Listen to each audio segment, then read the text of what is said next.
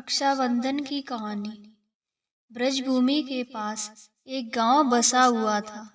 जंगल के किनारे ही एक छोटी सी झोपड़ी में एक 5 साल की बच्ची अपनी दादी माँ के साथ रहती थी, जिसका नाम चंदा था।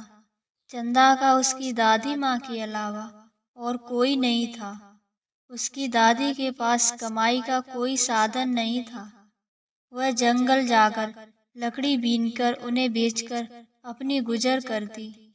चंदा अपनी दादी माँ के साथ बहुत खुश रहती थी, लेकिन एक बात उसे बहुत दुखी करती कि उसका कोई भाई बहन नहीं थे।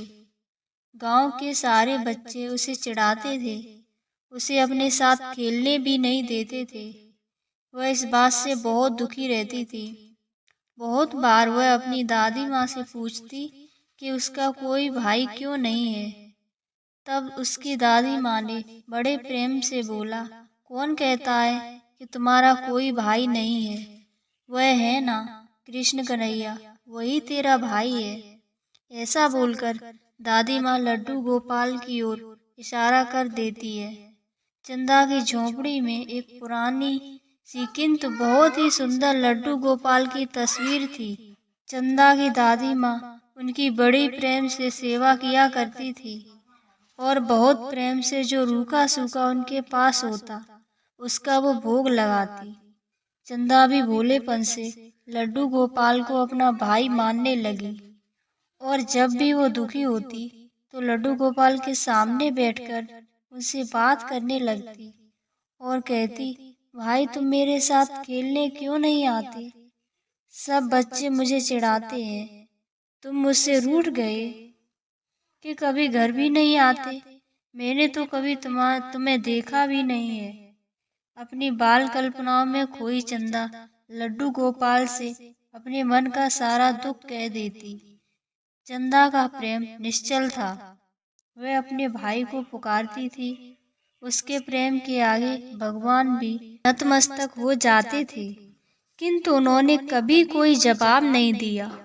एक दिन चंदा ने अपनी दादी माँ से पूछा, दादी माँ, मेरे भाई घर क्यों नहीं आते?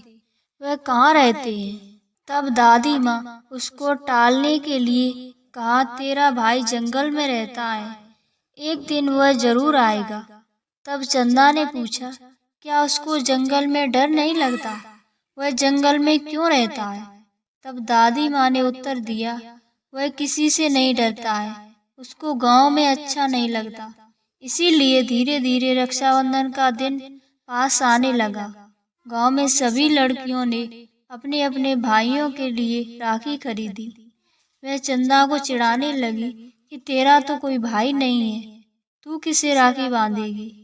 अब चंदा घर आकर जोर जोर से रोने लगी। दादी माँ के पूछने पर उसने सारी बात बताई। तब उसकी दादी माँ ने उसे प्यार से समझाया कि बेटी तू रो मत, तेरा भाई जरूर आएगा। लेकिन चंदा का रोना नहीं रुका और वह लड्डू गोपाल की प्रतिमा के पास जाकर उनसे लिपटकर रोने लगी और बोली, भाई तुम क्यों नहीं आते? सब भाई अपनी बहन से राखी बंधवाते हैं। उधर गोपाल भी चंदा की चेष्टाओं के साक्षी बन रहे थे। रोते रोते चंदा को याद आया कि दादी माँ ने बताया था कि भाई जंगल में रहता है। बस फिर क्या था, दादी माँ को बिना बताए नंगे पांव ही दौड़ पड़ी और उसने मन में ठान लिया था कि आज वह अपने भाई को लेकर ही आएगी। जंगल की कांटों भरी राहों पर मासूम दौड़ी जा रही थी। श्री कृष्ण उसके साक्षी बन रहे थे। तभी कृष्ण भी पीड़ा से करा उठे और उनके पांव से रक्त बह निकला। आखिर हो भी क्यों ना, भगवान का कोई भक्त पीड़ा में हो और उन्हें पीड़ा ना हो, ऐसा कैसे संभव है? जंगल में नन्ही चंदा के पांव में कांटा लगा तो भगवान भी पीड़ा से करा उठे। उधर चंदा के पैर से रक्त बह निकला और वह वहीं बैठकर रोने लगी। तभी भगवान ने अपने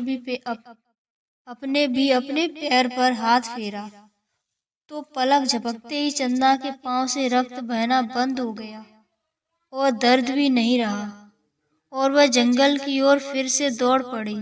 और एक स्थान पर वो थक कर रुक गई और रो रो कर पुकारने लगी, भाई तुम कहाँ हो, तुम आते क्यों नहीं।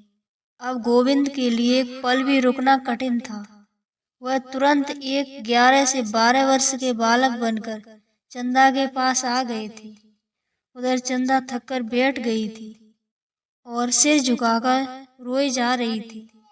तभी उसके सिर पर किसी ने हाथ रखा और एक आवाज सुनाई दी, मैं आ गया मेरी बहन, अब तुम मत रो। चंदा ने सिर उठाकर देखा और पूछा, क्या तुम मेरे भाई हो। तब उसे उत्तर मिला, हाँ चंदा, मैं ही तुम्हारा भाई हूँ। सुनते ही चंदा अपने भाई से लिपट गई और फूट फूट कर रोने लगी। तब भक्त और भगवान की भक्ति का एक अनोखा दृश्य उत्पन्न हुआ।